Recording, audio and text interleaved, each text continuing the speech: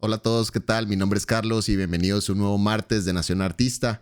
Antes de empezar este episodio, quiero aprovechar para invitarlos a que se suscriban al podcast si todavía no lo han hecho. Ya saben que nos pueden encontrar tanto en YouTube como en Spotify. Así que por favor, si no están suscritos, háganlo ya que su apoyo es vital para que podamos seguir haciendo más contenido y traer a nuevos invitados. Y también si ustedes consideran que estas charlas, este contenido que tenemos aquí en el podcast puede ser de valor para alguien más que ustedes conozcan, que esté involucrado en el mundo de la música, por favor, compartámosle este contenido y hagamos que llegue a más gente. Y también quiero aprovechar aquí a presentar a nuestra invitada del día de hoy. Tengo el gustazo de tener aquí desde Seattle a Noé Navarro. Ella es guitarrista y cantautora costarricense, así que Noé, bienvenida aquí al podcast. Qué gustazo tenerte aquí con nosotros. Gracias, un gusto estar acá. Más bien es feliz para conversar con vos hoy. No, como te decía antes de empezar a grabar, un gusto tenerte aquí y gracias por tu tiempo, por venir aquí a compartir un poco de nosotros acerca de tu trayectoria, de tus reflexiones y algunos de tus aprendizajes dentro del negocio y la industria de la música. Así que si querés, para darle comienzo al episodio del día de hoy, contanos un poco acerca de ti, cómo fue que te fuiste involucrando en la música como tal y qué te llevó a tomarlo realmente como un proyecto, podríamos decir, casi que de vida. La verdad, muy interesante pensar en cómo empecé, porque varias veces que he estado conversando eso recientemente, me ha hecho recordar cosas que desde niña estaba bastante interesada en la música. Y mi familia no es una familia donde haya pues referentes musicales. Sí, podría decir que, bueno, mi mamá tocaba piano pequeña y quizás eso es como lo más cercano que tuve, y un tío que tocaba guitarra, pero no era como una constante que yo tenía, ¿verdad? Presente en mi infancia, como ver gente haciendo música, ¿verdad? Pero desde niña estuve como siempre muy interesada en eso. Ya cuando estaba en el colegio empecé como en serio a estudiar guitarra de manera obsesiva. O sea, sí, tocaba por horas de horas todos los días, entonces eso me ayudó a aprender muy rápido. Y lo que hacía era tocar canciones que me gustaban, la música de los artistas que escuchaban mis hermanas, las que escuchaba yo, ¿verdad? Y ya a los 14 años empecé a estudiar como más formalmente en una escuela de música estatal.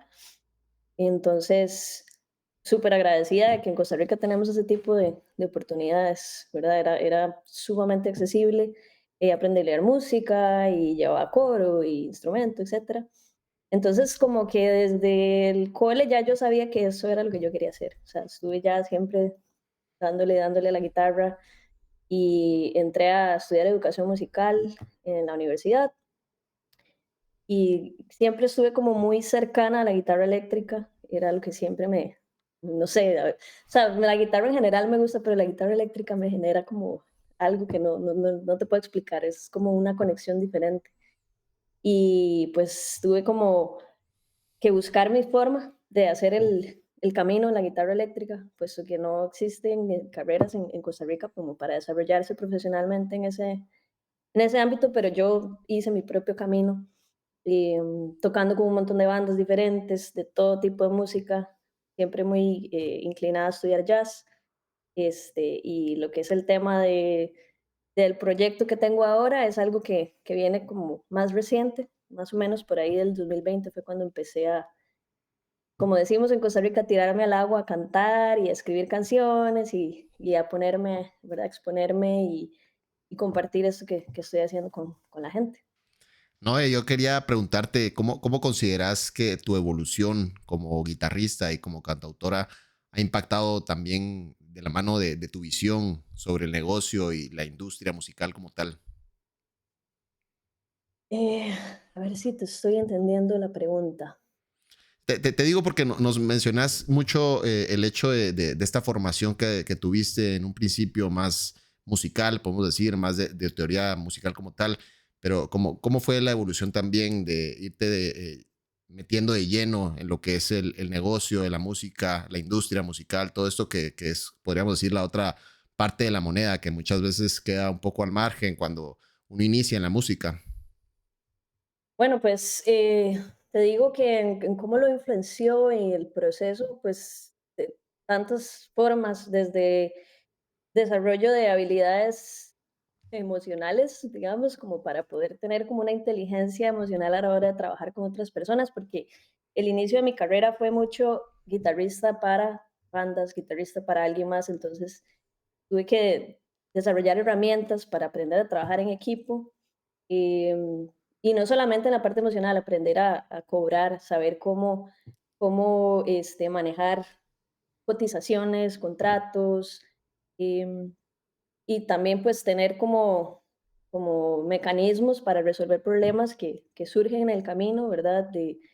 Desde disputas de, ay, no es tan a la música o no teníamos, ¿verdad?, el acuerdo de cuáles eran las canciones que realmente o cómo íbamos a trabajar esto, hasta cuestiones ya más complejas como temas de contratos y pagos, ¿verdad? Entonces, todo mi trayecto como guitarrista me dio una cantidad de experiencias en eso, especialmente porque estaba trabajando con un montón de bandas diferentes. Entonces también tenía que adaptarme a las dinámicas de trabajo de las diferentes personas. Entonces creo que algo que he notado más ahora, a la hora de yo trabajar con una banda para mi música como tal, yo soy muy consciente de todas esas pequeñas cosas que atraviesan las personas que se dedican a ser instrumentistas o sesionistas, y entonces soy como, o trato de ser como lo más considerada y transparente en mis dinámicas, y la gente me lo agradece un montón porque también genero como un espacio donde hay una apertura para tener como dinámicas muy saludables. Entonces, podría decir que ese ha sido como principalmente todo este aprendizaje que he traído y que definitivamente para moverse en este negocio, ¿verdad? No solo se trata de tener herramientas de cómo saber el marketing y cómo contratos y cuestiones legales y derechos de autor, etcétera, sino que también hay una parte importantísima que a veces se nos olvida, que es esa parte humana, esa parte de saber comunicarnos adecuadamente. Mira, me parece muy valioso eso que mencionabas y justo quería profundizar en eso. No sé si quisieras comentarnos algunos de los principales aprendizajes que consideras que te ha dejado trabajar con distintos proyectos y bandas a lo largo de tu trayectoria. Sí, claro. Bueno, en la parte musical como tal, el poder explorar un montón de sonidos diferentes, ¿verdad? Y tener un montón de influencias de sonoras y de posibilidades a la hora de componer también y a la hora porque yo igual sigo trabajando con otros artistas, ¿verdad? En este momento estoy en una etapa en la que estoy enfocándome muchísimo en desarrollar más Noe Navarro como proyecto, pero siempre tengo esa hambre de estar trabajando con alguien más porque es también refrescante hacer música con otras personas. Pero la parte musical, eso, como enriquecerme, influenciarme de sonoridades.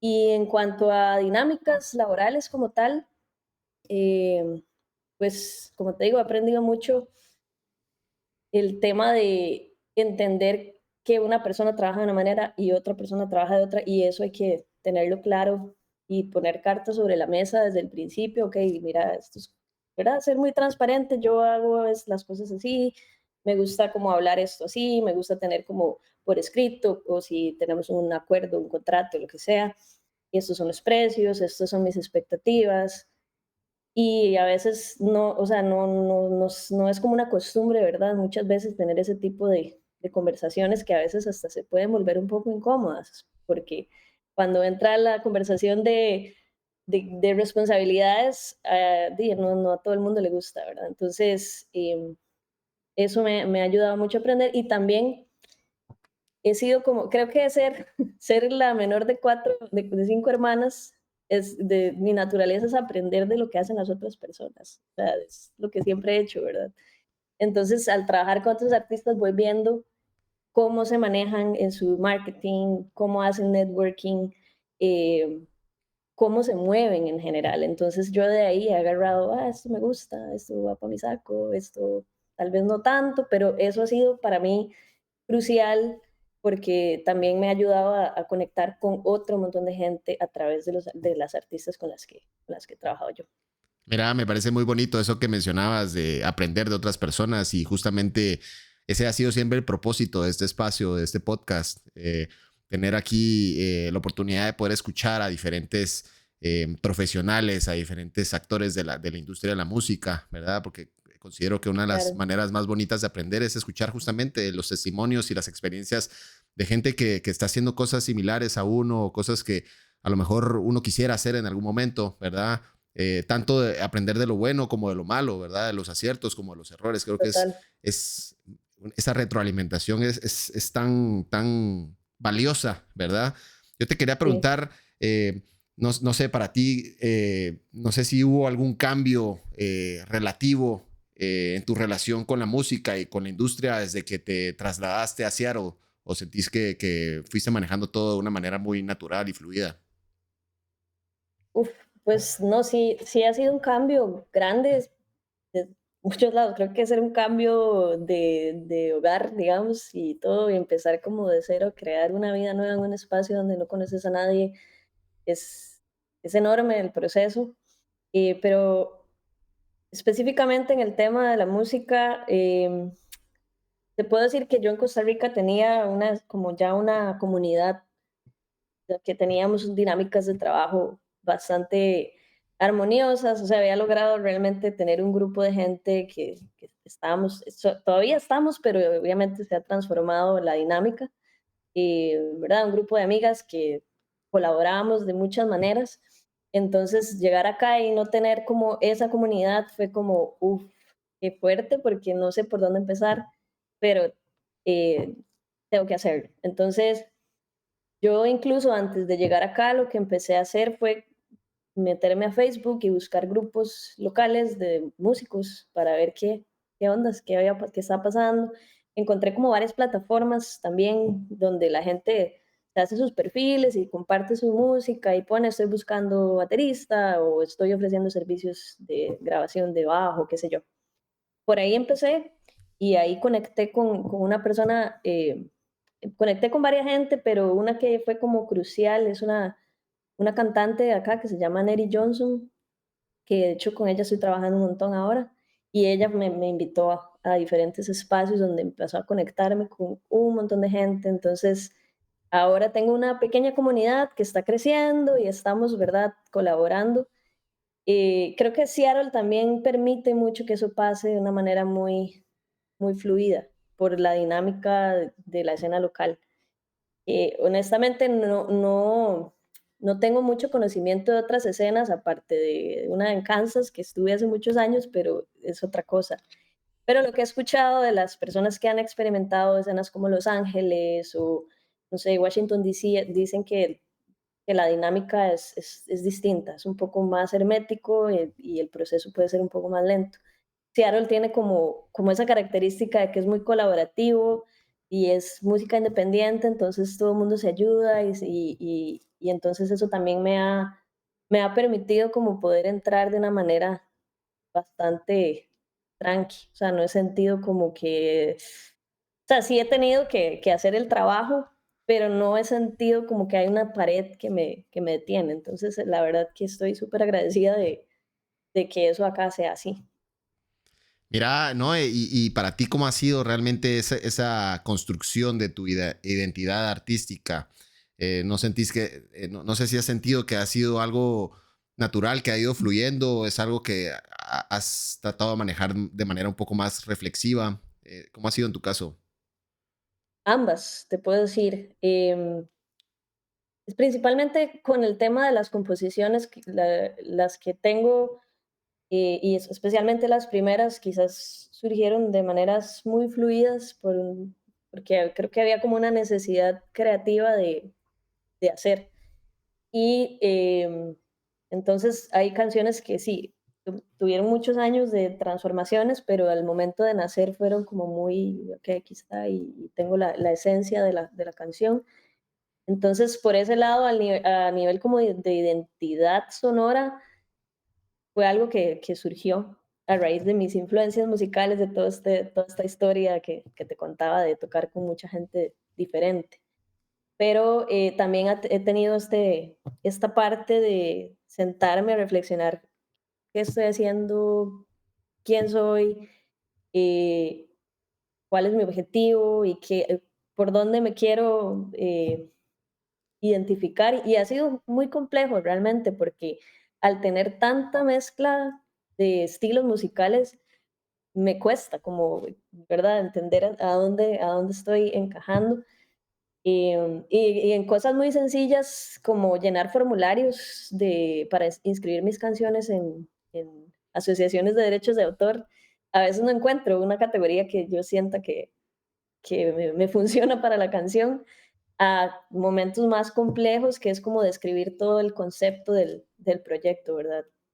Pero algo que ya estoy aprendiendo con Seattle es que también esta escena se caracteriza por mezclas de géneros. O sea, quizás tenemos como una idea generalizada de que Seattle es rock, de grunge, ¿verdad? Y creo que es porque obviamente como tenemos toda la historia de Nirvana y Pearl Jam, entonces es como lo más popular y uno dice, ah, no, es una escena de rock. Pero estando acá me doy cuenta que es una escena de mezclas. Entonces, como que cada vez me voy sintiendo un poco más en mi charco acá, que incluso en Costa Rica me costaba a veces como entender en dónde encajaba lo que hago. Mira, yo quería aprovechar ahí, pues es bastante conocido, diríamos que incluso a modo de casi que leyenda urbana, el hecho de que la escena en Seattle ha sido siempre muy fuerte, en parte por el clima, ¿verdad? Que como casi siempre está Así. lloviendo, la gente, pues antes, hoy en día tal vez tenemos más distracciones, pero antes la gente prefería estar tocando guitarra, tocando piano adentro de su casa. No sé cómo lo has vivido tú en primera persona. Todavía estoy igual en el proceso de entender algunas cosas, pero creo que alguien me describió eso de una manera genial y me dijo, el invierno, porque mi primer invierno fuerte fue acá, recién llegando, y él me decía que el invierno, me preguntó, ¿usted de dónde es? Y yo de Costa Rica, ¿y cómo es el clima? Y yo, bueno, es caliente, sí, casi que todo el año, ¿verdad? Y me dice, ay, qué feo, porque el invierno nos permite, o sea, es socialmente aceptable estar triste y enojado en invierno, eso fue lo que él me dijo. Entonces, es muy interesante ver cómo la gente realmente se va eh, relacionando a partir de cómo está el clima. Entonces, el estereotipo es que en invierno la gente está realmente como de bajón. Y ya sale el sol y ves la gente en las calles y eso te saludan en la calle, en invierno no. Entonces, creo que sí, definitivamente el tema del estereotipo va mucho por ahí, de la lluvia, la niebla y estar en el bajón del grunge, pero sí, hay otras cosas que ahí todavía estoy como explorando y entendiendo. Qué genial, qué genial. Y bueno, hablando un poquito más en retrospectiva, puede que hayan varios momentos, pero si tuvieras que escoger uno o dos máximo, ¿cuál consideras que ha sido uno de los momentos más decisivos en tu carrera como artista? Okey, para pensarlo un poquito. Em, Diría que el primer momento decisivo fue, bueno, yo tuve la oportunidad de estudiar 6 meses en Kansas en el 2013, y en ese momento fue como mi época obsesiva del jazz más fuerte. Entonces, en la universidad que estuve, estudié jazz, prácticamente fue todo lo que hice, y eso realmente marcó un como un antes y un después en mi desarrollo como guitarrista principalmente. Cuando yo volví a Costa Rica, empecé a explorar un poco más otras cosas, como que ya tenía como una sed diferente de escuchar qué estaba pasando fuera de la academia, o sea, más como en las calles, qué estaba haciendo la gente en los shows en vivo, y empecé a escuchar otro tipo de música ya expandiendo fuera del jazz. Pero eso definitivamente marcó eh, un inicio de esa sed de explorar otras cosas. Em, y el segundo podría decir que fue,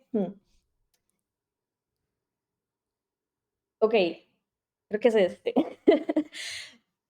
Empecé a escribir canciones, te puedo decir que como por ahí del 2014, pero del periodo a que yo realmente las hice públicas por un tema de que era demasiado vulnerable para mí compartir la música que estaba haciendo y también no me sentía tan cómoda cantando. Pero en el 2020 me invitaron a hacer un concierto virtual en un espacio existía en ese momento que se llamaba La Movida Caníbal. Y el productor de este espacio me conocía como guitarrista, pero él no tenía idea qué música hacía yo de mi proyecto. Pero bueno, tuvimos una buena dinámica trabajando en otro espacio y me invitó. Y él mismo me dijo, la estoy invitando a ciegas porque yo no sé qué hace usted, pero voy a confiar. Y claro, yo también estaba como asustada, era la primera vez que realmente hacía un concierto de pura música original mía. Y finalizando el concierto me sentí súper bien. Fue como, ok, sí, yo puedo hacer esto. Y él me escribió después y me dijo, ¿qué? Yo no esperaba eso, estoy demasiado feliz, que confié, y etcétera. Entonces eso también como que fue de recibir como una validación que quizás en ese momento estaba necesitando para darme cuenta que era hora de empezar a sacar mi música y compartirla con la gente. Mira, qué brutal. Gracias por compartir ahí esos dos momentos. Quería Claro. aprovechar también a profundizar o meternos un poco más de lleno en la parte más del negocio, de la música, de la profesionalización como tal. Ahí nos estabas contando que tú tuviste un poco más, un acercamiento, podríamos decir, un poco más empírico, ¿verdad? El hecho de tener la posibilidad de colaborar y trabajar con distintos proyectos y bandas te fue formando y te fue haciendo aprender, ¿verdad? Sobre el negocio y muchas otras facetas que mencionabas previamente que son importantes que a veces, como mencionábamos, suelen pasar un poco más desapercibidas, ¿verdad? Eh, tú si lo vieras un poco igual, de manera reflexiva, ¿qué considerarías que es algo esencial entender o saber sobre el negocio de la música antes de tirarte al agua, antes de empezar un proyecto o iniciar una carrera? Hablando un poco más para la gente a lo mejor que nos está escuchando, que esté apenas en esa fase de empezar su proyecto. Claro. Bueno, creo que una cosa esencial es entender como el por qué estoy o el concepto de lo que estoy haciendo, que no es algo estático, es algo que se va construyendo con el tiempo, pero muchas veces eso va a marcar, o muchas veces no diría que es como el eje central que va a mover lo que estamos haciendo. Tal vez en un principio estamos como, es que quiero hacer este tipo de música porque necesito expresarme y está bien a tener también, qué sé yo, un concepto más allá que, qué sé yo, no sé, por ejemplo, que mi idea es conectar con las audiencias para generar espacios de reflexión, eh, no sé, de política, por decirte algo. Me explico, o sea, como tener claro ese porqué, esa misión grande que obviamente se tiene un montón de elementos pequeños que la forman y que es algo que se transforma.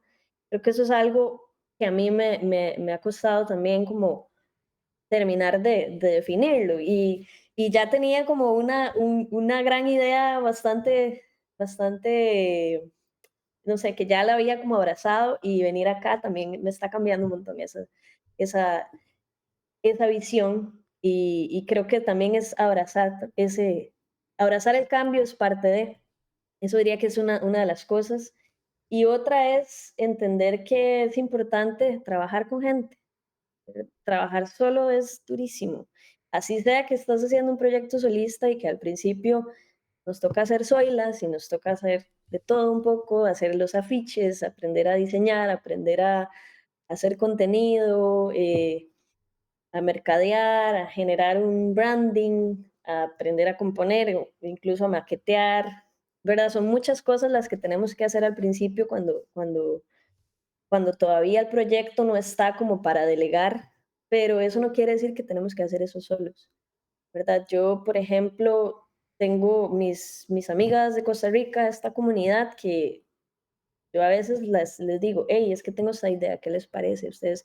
Incluso nada más alguien como para tener una conversación que te ayude como a sacar tus ideas de tu cabeza y ponerlas como en una lluvia de ideas con alguien más.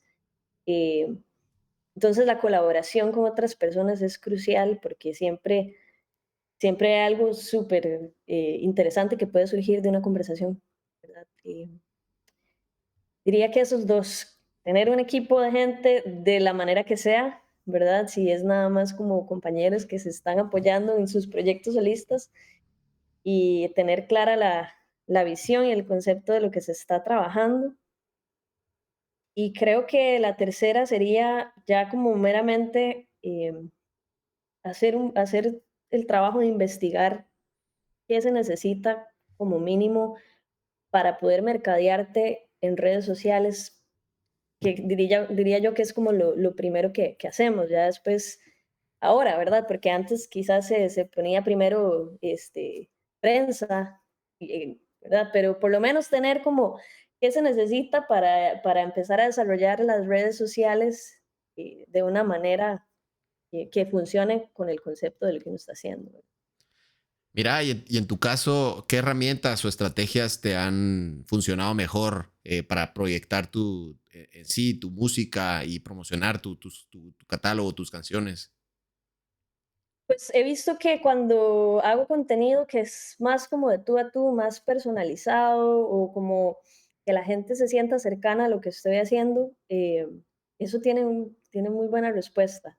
Y todavía estoy aprendiendo a hacerlo y estoy trabajándolo porque también hay temporadas en las que, te voy a ser sincera, las redes sociales me cuestan mucho, me drenan energéticamente mucho, entonces también ahorita estoy en un proceso de reconceptualizar qué significa estar en las redes sociales y que no sea para mí algo que me canse, sino todo lo contrario, como un espacio para conectar con la gente. Entonces, cuando hago contenido, que salgo hablando, que estoy como conversando y que la gente puede relacionarse con las historias o lo que sea que estoy contando, es ahí donde hay un impacto súper grande y es como ponerse ahí, como ser vulnerable con la audiencia y ser auténtico es lo que me ha funcionado a mí, la verdad. Muchas gracias ahí por compartir. Y como te comentaba, ¿no? Aquí este espacio, pues hemos tenido la oportunidad de tener a diversos tipos de profesionales, más allá de solamente artistas y músicos.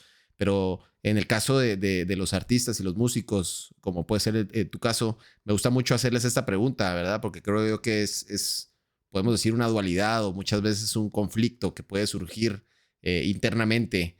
En tu caso, ¿cómo has manejado el balance entre la parte más creativa o musical, podemos decirle, y la parte más administrativa y de la gestión de tu Sí, proyecto? sí, eso es complejo, pero es muy necesario. Yo, a ver, he trabajado en corporaciones que no son necesariamente de industria musical y ahí aprendí muchísimo, pero eso no, o sea, no necesariamente hay que pasar por ahí para aprender estas cosas. Entonces yo lo que busco es tener como la parte administrativa, tener como archivos organizados, tener no sé si es Excel o Word o PDFs, pero tener como la información organizada, que yo tenga esa información lista por si alguien me la pide, yo nada más poder tenerla. Y saber que hay espacios para todo, ¿verdad? Como quizás en la rutina de la semana, tener objetivos de qué necesito completar, que necesito enviar estos correos para Booking, que necesito eh, componer una canción porque, no sé, tengo esta idea y si la dejo ir se va. Entonces necesito también hacer espacio. Entonces tal vez como organizarlo como por bloques es algo que me funciona a mí. A veces es complejo porque hay momentos como de inspiración creativa que surgen en cualquier momento y es como, ay, hay que agarrarlo ahí, ¿verdad? Cuando eso pasa, sí, yo pauso todo y me pongo a trabajar en la música sabiendo que igual tengo que en algún otro momento retomar esa parte administrativa que quedó pendiente por estar componiendo y qué sé yo. Entonces es malavariar ahí con el tiempo y las dinámicas energéticas. No, gracias ahí por compartir esos consejos. Hemos mencionado a lo largo de este episodio realmente la importancia de las colaboraciones y tener esa comunidad, no solo de fans, sino esa comunidad también de colegas, podemos decir. En tu experiencia, ¿cómo sentís que se construye una red de colaboración sana y sostenible entre artistas y colegas? Uf, creo que lo más importante es cómo se aborde ese primer, como las primeras dinámicas con quien sea que estemos trabajando, ¿verdad? Porque a veces tenemos una necesidad de algo, ya sea, no sé, un ejemplo, necesito grabar un video, necesito encontrar a alguien con quien yo pueda trabajar, y quizás no tengo el presupuesto, pero más allá de tratar de encontrar cómo suplir mi necesidad, es como, ok, ¿quién podría ayudarme con esto y qué puedo hacer yo por esta persona? Entonces, ahí hay realmente una dinámica colaborativa, ¿verdad? Yo te soy honesta, he tenido, puedo decir, la suerte, pero también sé que es parte de esto que yo trato de construir en los espacios en los que estoy. Y los videos que tengo han sido grabaciones gratuitas de colaboraciones. Entonces, se puede, pero es como cambiar ese chip mental de que no es solamente lo que yo voy a hacer y lo que necesito, es como ponerse ahí al servicio de las otras personas y hacer una dinámica que sea recíproca. Mira, ¿y por qué consideras que muchas veces cuesta buscar o encontrar ese tipo de colaboraciones más recíprocas, como mencionabas, y no solo desde el interés particular o personal de una de las partes?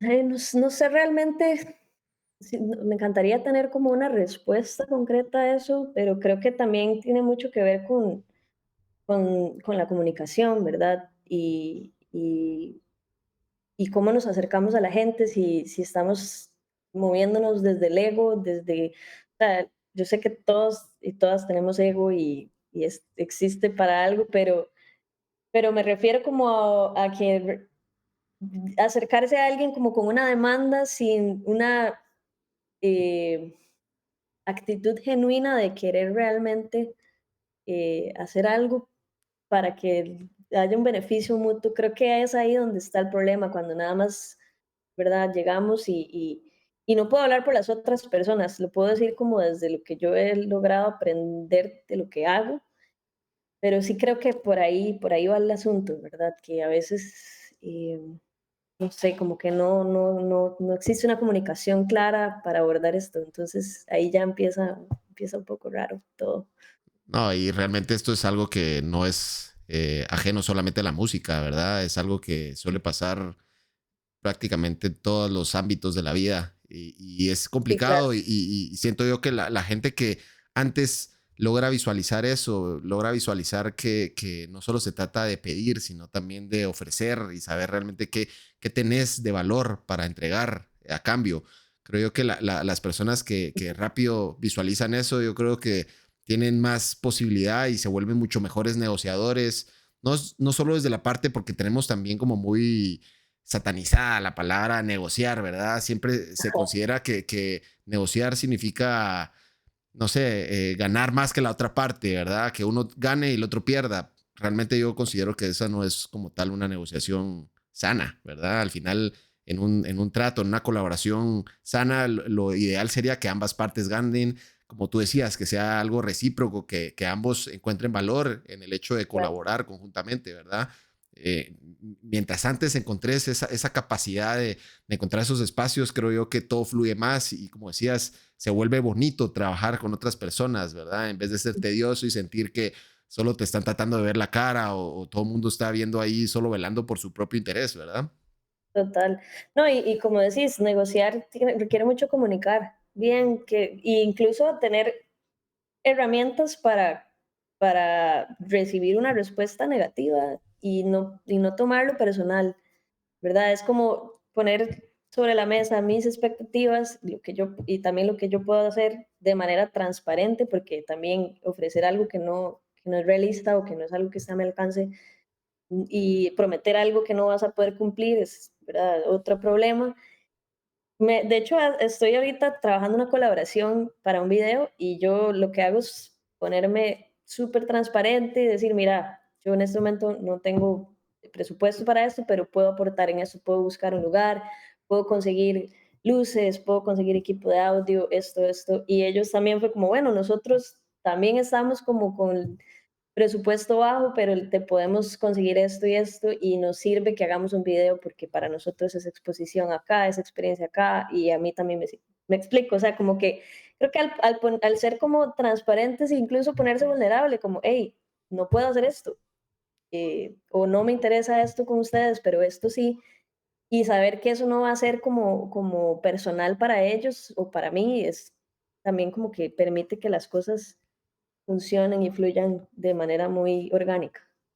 Mira, y me parece genial que pongas el ejemplo de la producción de tus videos, ¿verdad? Cómo lo has trabajado, porque solemos también, o se ha creado un poco esa confusión de creer que cuando hablamos de colaboraciones en la música, solo hablamos de colaborar entre artistas, ¿verdad? De, va a salir un featuring con otro artista o va a salir en mi canción, pero realmente es colaborar con todas las personas que estamos Total. involucrados en este negocio, en esta industria, ¿verdad? En tu caso, también a modo un poco retrospectiva, ¿verdad? A modo de retrospectiva, ¿qué tipo de colaboraciones, si quisieras mencionar directamente algunas o en sí, tocándonos un poco más superficial, qué tipo de colaboraciones te han dejado los mayores aprendizajes personales y profesionales para ti? Em, ok, vamos a ver. Colaboraciones musicales, puntualmente me han dejado como saber, básicamente el ser en realidad creo que esto todas, pero principalmente musicales donde sé que es un artista más y que estamos incluso a veces hasta en la misma etapa del proyecto y que estamos en un momento en que el presupuesto es limitado y así. eh, pero el poner claras las expectativas, nuevamente como saber qué necesitamos, qué no, qué podemos dar, qué no, y qué estamos dispuestos y dispuestos a hacer y qué no, ¿verdad? Todo muy, muy relacionado con el tema de comunicar de manera muy, muy tranqui, pero también como tomarlo con mucho respeto. Por ejemplo, yo le hice una propuesta musical, no voy a decir quién porque todavía no ha salido el- la canción, pero hice una propuesta y entonces dije, bueno, voy a armar una propuesta de manera formal, ¿verdad? Porque también hasta eso, a veces lo dejamos en palabras y hay momentos en que eso nos quita un poco de credibilidad, por un lado, y por otro también como que hay más como dificultad de que se haga un compromiso para completar un proyecto o algo específico. Entonces, hacer una propuesta formal, este es el concepto, esto es lo que quiero hacer, te propongo a vos por esto, porque me gusta tu sonido para esto, por esto, ¿verdad? Y como, no sé, yo hice una presentación de PowerPoint, nada tampoco demasiado elaborado, pero eso totalmente hizo que el artista dijera, wow,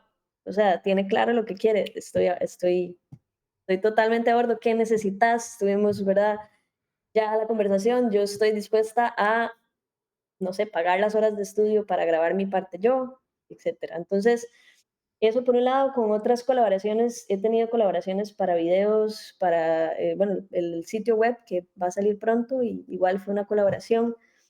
Es entender que el pago no necesariamente, o sea, que como quitarnos un poco la idea de la cabeza que solamente el dinero es lo que vale para este tipo de dinámicas. Hay cosas mucho más valiosas a veces, o incluso que si queremos ponerle el equivalente a un costo monetario, qué sé yo, decir, bueno, mira, yo te puedo grabar unas guitarras para tu canción a cambio, que eso cuesta esto, no sé, $200 es lo que va a costar eso, es el equivalente, pero no, si no tenés los $200 o no tengo yo los $200, te lo pago en una grabación. Y entender que esas cosas también tienen valor. Mira, ¿Verdad? Como trueques, más que sí, todo. sí, justo, mira, me parece excelente consejo y justo en la línea de lo que comentabas, te quería preguntar, no sé si hicieras ahí a manera un poco de recapitular un poco todo esto que has mencionado, que me parece Sí. súper valioso. ¿Qué consejo le darías entonces a otros artistas, otras personas que estén buscando construir este tipo de alianzas reales, ¿verdad? Este tipo de alianzas recíprocas, como venías comentando. Bueno, primero involucrarse en los espacios donde estén pasando este tipo de dinámicas, no sé, que si son festivales, ir a conciertos, es verdad, colaborar con la gente solo yendo al concierto para apoyar y hacer ese proceso de construir una relación con otro artista. No sé si hay clases donde qué sé yo, como el CAM, como los mercados de música donde hay un montón de charlas, lo que sea que te puedas involucrar con la escena local o con escena internacional, yo creo que es empezar por ahí, involucrarse para entender qué están haciendo otras personas, entender qué montón de opciones hay para crecer, ¿verdad? Y ahí siempre hay un montón de gente que está dispuesta a colaborar, que está incluso buscando algo que necesita y que quizás esa persona sos vos, que puedes darle eso que esa persona está buscando. Entonces sí es como estar allá afuera, involucrándose, conectando con la gente.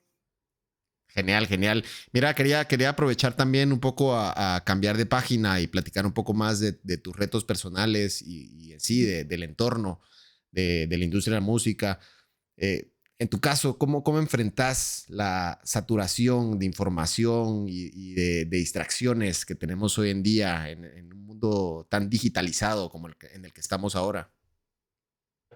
Em, yo creo que algo que me está funcionando y lo he estado haciendo recientemente es como hacer periodos de desconectarme, porque a veces hay mucho ruido en redes sociales y ahorita estamos en un periodo muy complejo a nivel mundial y entonces yo soy muy sensible y me meto y me entero de las cosas que están pasando y me bajoneo, me pongo triste, me enojo y he pasado como semanas muy de bajón. Entonces, algo que me ayuda es hacer ese desconecte, no solo por el tema de las noticias difíciles, sino también porque a veces incluso estar viendo que hay un montón de conciertos y eventos y charlas y, ¿verdad? Esto contradice un poco lo que decía de involucrarse. Eso no quiere decir que yo me desconecto y ya no veo nada. Me desconecto y decido como más puntualmente a qué le voy a dedicar mi energía, porque a veces es mucha información pasando. Entonces, eso es una de las cosas que hago y ya después también es como entender si hay una o dos cosas que me encontré por ahí que resuenan conmigo y digo, ah, esto lo podría hacer. Entonces ahí me tomo una pausa y lo exploro un poco más a fondo. Pero sí, necesariamente yo, el darme ese espacio, estar fuera de redes es algo que me ayuda mucho porque es a veces muy pesado energéticamente. No, tenés toda la razón y me parece bastante valioso eso que mencionabas de también tomarse esos espacios de desconexión para un poco eh, relajarte, un poco, dejar un poco la mente en blanco, ¿verdad? Creo que justamente eso es lo que estamos viviendo, es tanta la saturación Ujú. de cosas, como decías, no necesariamente tienen que ser todas negativas, pero llega un momento en el que te abruma, ¿verdad? Te abruma Exacto. y sobre todo el artista que tiene que también cuidar un poco esa creatividad, podemos decir, esa inspiración, a veces puede llegar a ser un poco contraproducente verse tan expuesto, ¿verdad? No sé, siempre en esa línea, en tu caso, ¿qué hábitos consideras, aparte de esto que nos comentabas de desconectarte de vez en cuando, qué otros hábitos consideras que te han ayudado a mantenerte o te ayudan a mantenerte centrada? Eh, bueno, que no son necesariamente hábitos relacionados al quehacer musical. Me gusta salir a explorar. Bueno, tengo la ventaja de que este lugar tiene mucha zona verde, entonces salir a caminar y conectar ahí con la gente, pero no sé, en el parque ir a ver la gente paseando los perritos, qué sé yo, algo así como 10 minutos de eso, ya yo entro totalmente en otro estado. em, y tomarme mis espacios para solamente tocar sin pensar que tengo que componer algo, o que tengo que trabajar o que tengo que aprender una canción, no, es como voy a tocar porque me quiero divertir un rato.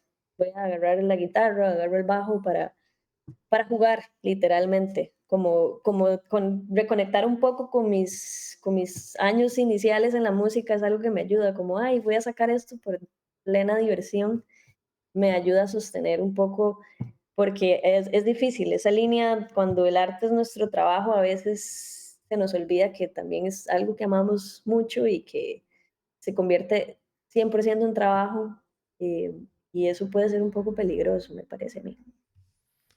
Muchas gracias ahí por compartir. Mira, también quería tocar otro tema que me parece bastante relevante. Quería que nos comentaras un poco en sí el hecho de cómo has vivido la experiencia de ser una mujer latina, ser guitarrista, ser cantautora, en una escena que históricamente podemos decir que ha sido dominada por hombres. ¿Cómo lo has vivido tú? Bueno, ser guitarrista ha sido como un proceso bien interesante, en realidad, como del cualquier lugar en el que he estado, no solamente acá, porque especialmente por ser guitarrista eléctrica, ¿verdad? Hay instrumentos que están estereotípicamente asignados a un género u otro, y me he topado con mansplaining muchas veces, y situaciones incómodas de comentarios o de preguntas que vienen como que tal vez hasta es muy interesante porque han sido personas que ni siquiera se dan cuenta que la pregunta que están haciendo o el cumplido que están diciendo realmente está siendo sexista, ¿verdad? Entonces, para mí ha sido un proceso sí, pues, mi manera de sobrellevar esas situaciones como sexistas ha sido, ok, voy a tocar y sé que lo que yo puedo hacer es algo de mucho valor. Entonces es como mi manera de hacer un statement, digamos, como, ok, mi manera de alzar la voz en este espacio es a través de mi guitarra y eso cambia totalmente.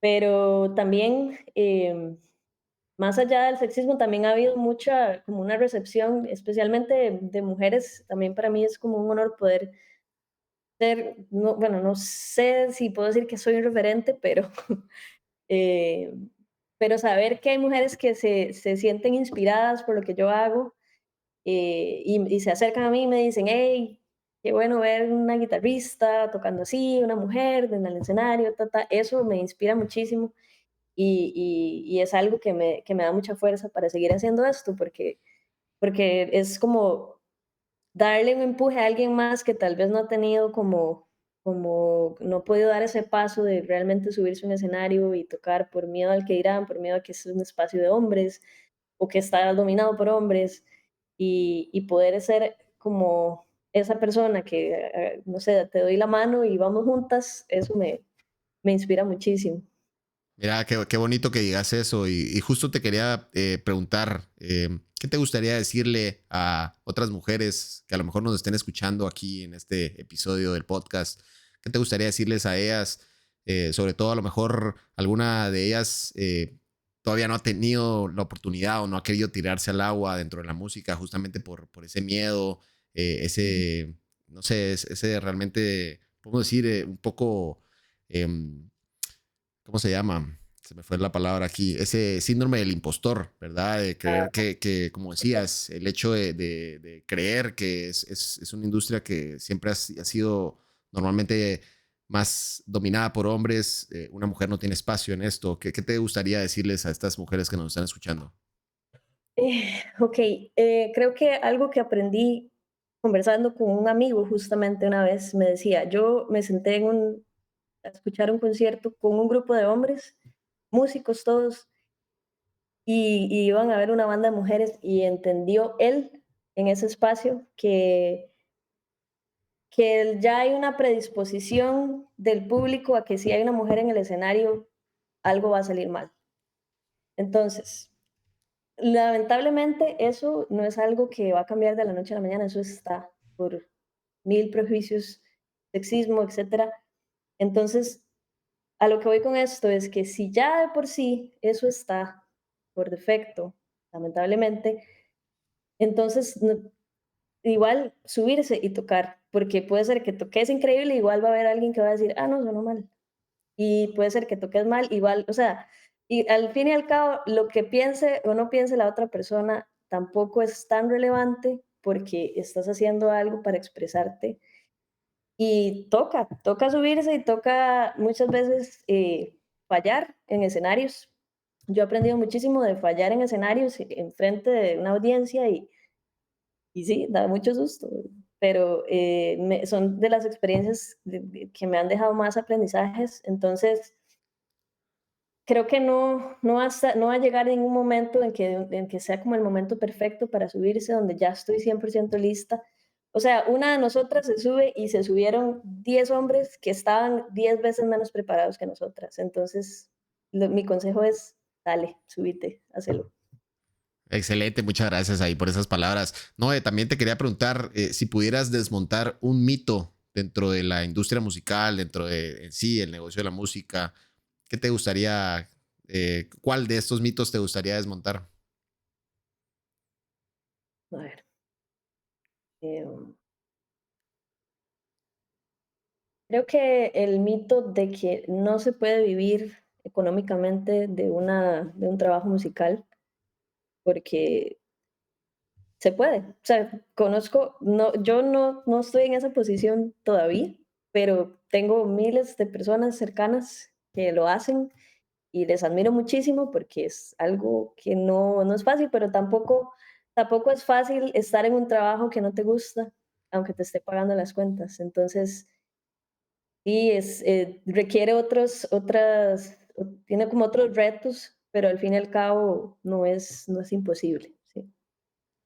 Muchas gracias, gracias Noé. Bueno, ya casi estamos llegando aquí al final de este episodio. De verdad ha sido un verdadero gusto platicar contigo. No Gracias, quería, igualmente. mira, no quería desaprovechar también la ocasión para preguntarte que nos compartieras un poco en qué estás trabajando ahora, cuáles son tus próximos proyectos en sí y qué se viene para Noé Navarro de aquí a un corto o mediano plazo. Sí, bueno, ya tengo un disco grabado, listo para ser lanzado, que lo grabé justo antes de mudarme acá a Seattle. Entonces, este año estoy enfocada en hacer todo el proceso de lanzamiento.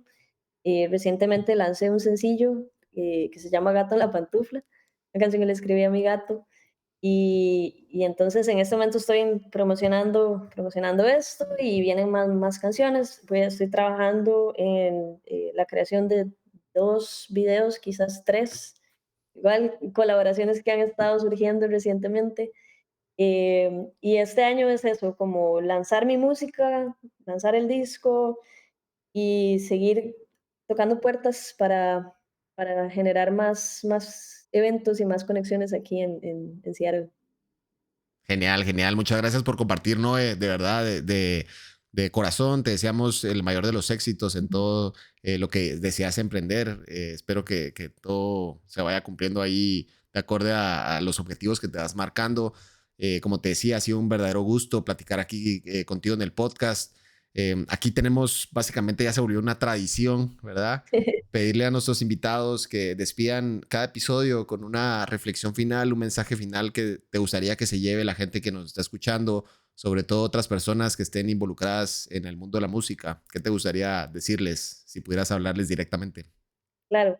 Bueno, primero, gracias por el espacio, me encantó hablar con vos y el mensaje que les dejo es, hagan lo que les guste, en cuanto a música o el arte que sea que les hagan lo que ustedes irían a ver, irían a escuchar y disfrutar, porque a veces nos vamos como pensando en qué voy a hacer o cómo hago mi música para que la gente le guste o modifico quién soy con tal de gustarle a las masas, pero a veces no necesitamos eso, necesitamos ser como auténticos y leales a lo que nos gusta a nosotros y eso va a conectar con la gente. Te agradezco mucho por esa reflexión final, Noé. Como te decía, ya estamos llegando aquí al final del episodio. No sé si quisieras agregar algo antes de que terminemos. Em, bueno, no sé si puedo invitar a que me busquen en Claro, redes sí, sociales, sí, mira, se me había plataformas. olvidado decir eso, ¿verdad? Justo ahí con lo de tus proyectos. Quiero aprovechar ahí a mencionarle a la gente que nos está escuchando o viendo que en la descripción de este episodio van a encontrar las redes sociales de Noé para que la vayan a seguir, para que vayan a escuchar su música y que estén atentos a cualquier sorpresa o cualquier proyecto ahí que venga ahorita. Así que no sé si quisieras agregar algo más ahí. No, eso sería gracias. De hecho, creo que, como te comentaba antes de iniciar, estaba revisando tu canal y escuchando las entrevistas. Les invito a que lo revisen porque hay material súper interesante. Entonces, nada, muchas gracias por el espacio. Gracias, Noé, de verdad, te agradezco mucho por tu tiempo, ha sido un verdadero gusto platicar contigo.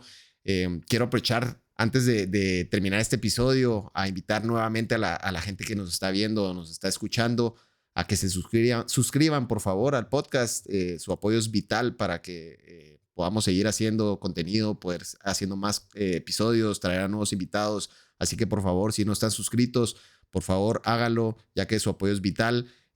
Nuevamente les digo, estamos en YouTube y en Spotify, así que por favor, también si ustedes consideran que estas charlas, este contenido puede ser de valor para otras personas que ustedes conozcan, por favor compartámoslo y hagamos que llegue más gente. Y por último, recordarles que todos los martes tenemos nuevos episodios y nuevos invitados, así que activen las notificaciones y estén atentos para no perderse ninguno de estos y nos estamos viendo. Hasta la próxima.